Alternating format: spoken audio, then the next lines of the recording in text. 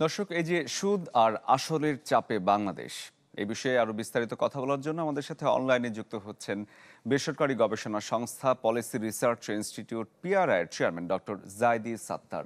Doctor Sattar, আপনাকে স্বাগত জানাচ্ছি। আপনিও নিশ্চয়ই আমাদের প্রতিবেদনটি দেখছিলেন। বাংলাদেশে এই মুহূর্তে সুদের চাপে যেমন আছে, তেমনি আসল পরিশোধেরও চাপ বাড়ছে। সরকার কি এই পরিস্থিতিটা সামাল দিতে পারবে বর্তমান অর্থনৈতিক অবস্থায়? আপনার কি মনে হয়?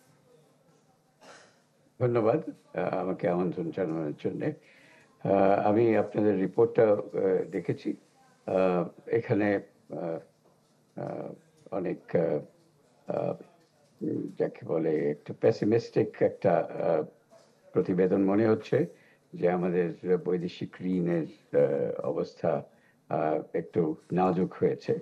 তবে এটা আরেকটু যদি আমরা আ ওভারঅল আমাদের বৈদেশিক ঋণের অবস্থাটা যদি একটু পর্যালোচনা করি, সেখানে কিন্তু কিছু ভালো আ উম ইয়ে আছে, খবরও আছে। সেখানে ১ম কথা হচ্ছে আমরা বৈদেশিক ঋণটা নেই কেন? বৈদেশিক ঋণ আমরা নিচ্ছি আ বিশেষ করে আমাদের উন্নয়ন প যতগুলো পরিকল্পনা আছে, উন্নয়নের বিনিয়োগের জন্যে। সো আমরা এই বৈদেশিক ঋণ নিয়ে কিন্তু সরকার নিজের খরচা চালায় না। এটা হচ্ছে ধরেন ইনফ্রাস্ট্রাকচার, হেলথ এডুকেশন এবং এসব ডেভেলপমেন্ট আ উম আ প্রজেক্টের জন্যে। আচ্ছা, এখানে আমাদের কিন্তু আ এই যে ঋণ কত নিচ্ছি এবং ঋণের যে পরিশোধ, প্রিন্সিপাল এবং ইন্টারেস্ট মিলে, এটা দেখতে হবে আমাদের ফরেন এক্সচেঞ্জ আর্নিং এর সাথে এটা কেমন মিলছে। বর্তমানে আমাদের পুরো বৈদেশিক, বিশেষ করে সরকারি বৈদেশিক ঋণের টোটাল স্টক অফ ডেট হচ্ছে প্রায় $৮০ বিলিয়ন মতো। সেই $৮০ বিলিয়ন ডেট হচ্ছে আমাদের জাতীয় উৎপাদের ১৭%। এখানে আম IMF, বিশ্বব্যাংক যারা এই আমাদের ডেট সাস্টেইনেবিলিটি অ্যানালিসিস করে, যারা পর্যালোচনা করেন, আমাদের ডেট রিপেমেন্ট এর সক্ষমতাটা যাচাই করেন। উনাদের একটা থ্রেশহোল্ড আছে, সেটা 55% অফ জিডিপি পর্যন্ত ডেট যেতে পারে। আমাদের সে তুলনায় খুবই কম। বিশেষ করে এই যে আ বৈদেশিক ঋণ যেটা আছে, ১৭% ইস নট দ্যাট গ্রেট। ১ নম্বর। ২ নম্বর হচ্ছে যে এই ঋণ পরিশোধের যে পরিমাণটা, এটা বর্তমানে $৪.৫ বিলিয়ন আমাদের ঋণ পরিশোধ প্রিন্সিপাল এবং ইন্টারেস্ট এ যায়।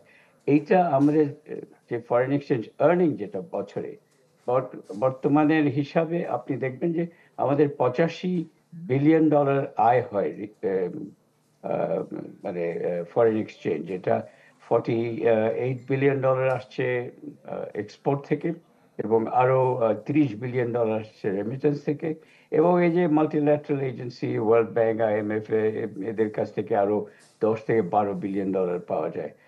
Furniture just smarter, JMG furniture. So এইসব মিলে আমাদের ৯০ থেকে $৯৫ বিলিয়ন কিন্তু ফরেন এক্সচেঞ্জ আয় হয় একটা বছরে। সেখানে আমরা আমাদের ঋণ পরিশোধ $৪.৫ বিলিয়ন আছে, এবং এটা একটু বাড়বে। আপনাদের রিপোর্টে যা দেখলাম, এটা আস্তে, আস্তে বাড়বে। আ আমাদের আ মানে আমাদের অর্থনীতির তো আ সাইজ বাড়ছে। ১ নম্বর সাইজ বাড়ছে, ডেভেলপমেন্ট নিডস গুলো বাড়ছে, এবং আমাদের যেহেতু আমরা আগে ছিলাম, মানে এখনো যদিও লিস্ট ডেভেলপড কান্ট্রি এলডিসি আছি, আমাদের কিন্তু এখন আ ঋণ পরিশোধের ক্ষমতা কিন্তু বাড়ছে। এটা হচ্ছে আন্তর্জাতিক সংস্থার অ্যাসেসমেন্ট। সুতরাং ইন্টারেস্ট কস্টটা বেড়ে যাচ্ছে। তবুও এখনো আমাদের একটা সীমিত অবস্থায় আছে।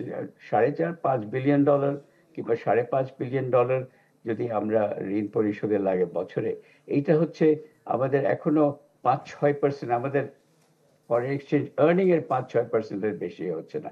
এখানে থ্রেশহোল্ড হচ্ছে ২৫% এর মতো। IMF যে থ্রেশহোল্ডটা করে যে কতটুকু পর্যন্ত আমাদের আম আ ফরেন এক্সচেঞ্জ আর্নিং এর আ মধ্যে আমাদের পরিশোধ করা উচিত। সো সেখানের দিকে আমাদের ডেট সাস্টেইনেবিলিটি অ্যানালিসিস এ বলছে যে আমাদের ঋণ পরিশোধের অবস্থা বাংলাদেশ হচ্ছে একটা মিডিয়াম ক্যাটেগরি দেশে আছে।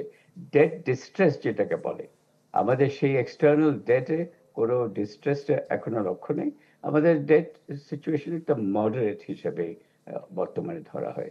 সুতরাং ১ মাসে বা ৩ মাসে কি আমাদের ঋণ আসলো এবং কি পরিশোধ হলো সেটা না দেখে আমাদের পুরো বছরের অবস্থাটা পর্যালোচনা করলে আমার মনে হয় ভালো হবে। একটা আম অবস্থা জানা যাবে। ডক্টর সাত্তার, আরেকটি গুরুত্বপূর্ণ বিষয় আপনার নজরে আনতে চাই, খুব সংক্ষেপে জানতে চাই। গত অর্থ বছরের চেয়ে এই অর্থ বছরে মাত্র $25 কোটি বেশি এসেছে বিদেশি ঋণ বা অনুদান, আমরা যাই বলি না কেন। সামনের অর্থ বছরগুলোতে যদি আরো বাড়ে বেশ ভালো, আর যদি না বাড়ে তাহলে সরকার এই পরিস্থিতিকে কিভাবে ম্যানেজ করবে, সংক্ষেপে জানতে চাই।